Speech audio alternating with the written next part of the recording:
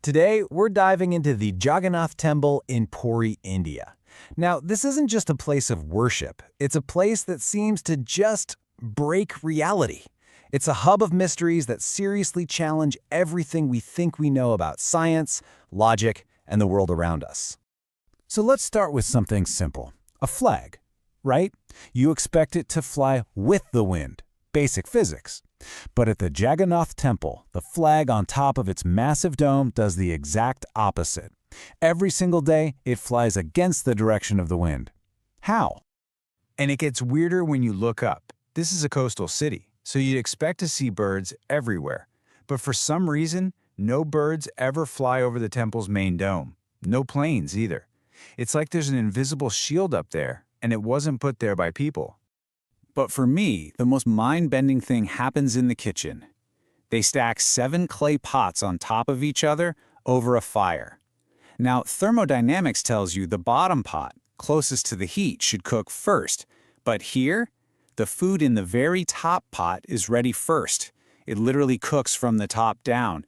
It makes no sense. Look, these aren't just tall tales or one-off events.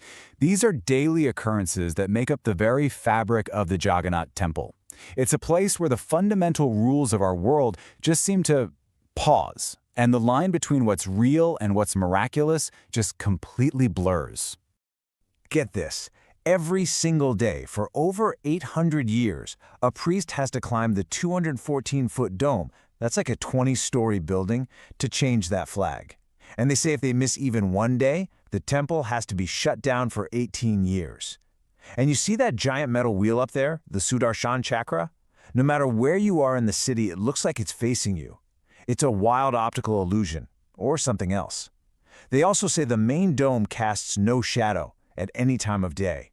And as you walk in the main gate, the roar of the ocean, which is right nearby, just disappears.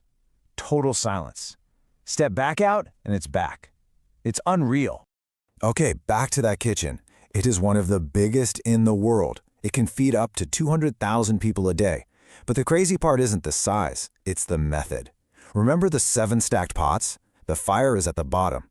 But the food cooks from the top down. The first pot is ready, then the second, and so on, all the way to the bottom. It defies the laws of heat transfer. And what's more, the amount of food they make, it's never too much and it's never too little.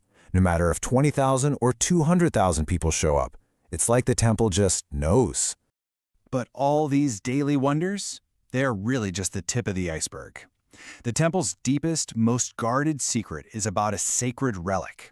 An object so powerful that it's only handled once every 12 to 19 years. In a ritual so dangerous, a single mistake could lead to death or insanity. This secret is called the Brahma Padarth. Devotees believe it is the actual, physical, undying heart of Lord Krishna. The story goes that 5,000 years ago, after his body was cremated, his heart was completely untouched by the fire. It's said to be a source of unbelievable divine energy, and it's the living essence inside the temple's idols.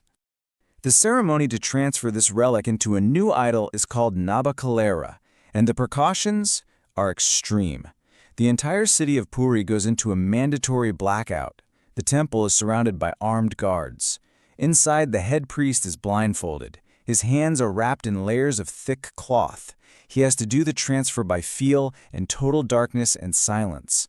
Why? Because the belief is that anyone who sees the Brahma Padarth will die on the spot or go completely insane. In 2015, during the last ritual, there were reports that a priest who may have accidentally touched it fell into a coma and woke up changed. Now, officially, no one has ever seen it and lived to describe it. But there's this one unverified account from about 50 years ago from someone who claimed he got a glimpse. He described it as looking like flowing liquid silver. And he said that when just a tiny bit of light hit it, it started to spin and vibrate with this incredible energy. Can you imagine something so powerful it can't even be exposed to light? This has led to some pretty wild modern theories.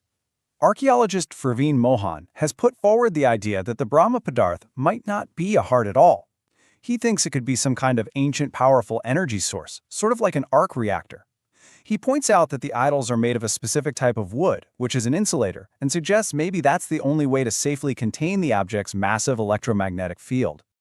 So where did this incredibly powerful object and these really unique idols even come from? Well, to answer that, we have to go back, way back, 5,000 years to the end of the Great Mahabharata War. The story goes that after the war, Krishna passed away. When his body was cremated, his heart, the Brahma Padarth, just wouldn't burn. So it was placed in a box and set adrift on a river.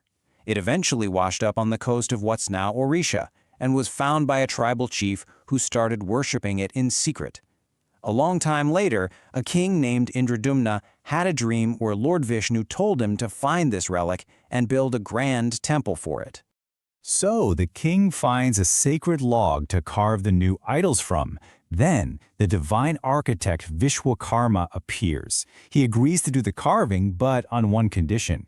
He must be left completely alone in a locked room for 21 days. No one can open the door. For 15 days, the king heard the sounds of work, but then it went silent. The queen got worried and convinced the king to peek. They opened the door and poof! The room was empty. Vishwakarma was gone, leaving behind the three idols, famously without any arms or legs. And that's why, to this day, the deities have their unique, incomplete form. Now, here's where the story takes another huge leap. It doesn't just stay in the ancient past. It connects directly to our modern world through a set of written prophecies that, honestly, seem to be coming true right now. The source for this is a 500-year-old book called the Bhavishya Malika, which means Garland of the Future. It was written by a saint named Achyutananda Das, who was said to be able to see into the future. And he wrote down everything he saw about the end of our current age, the Kali Yuga, placing the Jagannath Temple right at the center of it all. So why is everyone talking about this ancient book now? Because its predictions have been eerily accurate lately. The book said a great storm would bend the temple's giant metal wheel.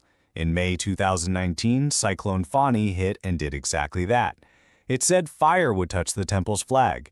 In March 2020, a lamp accidentally set the flag on fire. And most chillingly, it said a great disease will come, people will stay in their homes and not go out. A few months later, the COVID-19 pandemic and global lockdowns. And the Bhavishya Malika isn't done. It has prophecies that haven't happened yet. It talks about a time when the famous chariot festivals will be stopped, when rivers will start flowing backward, and when the Jagannath Temple itself will be swallowed by the ocean. According to the text, all of this leads up to the moment the Brahma Padarth vanishes, signaling the arrival of Kalki, the final avatar, who will start a new cycle for humanity. So we've got a temple that breaks the laws of physics and has a book that seems to predict the future. But what's really fascinating is that this temple doesn't just sit there.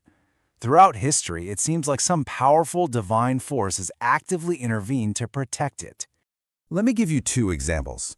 In 1558, a brutal general named Kalapahar came to destroy the temple, but as his army got close, a freak storm appeared out of nowhere. A blinding light shot out from the temple, and his entire army panicked and fled without a fight. Fast forward a few centuries to British rule. This time, the attack was legal. They called the rituals barbaric and tried to ban the main festival.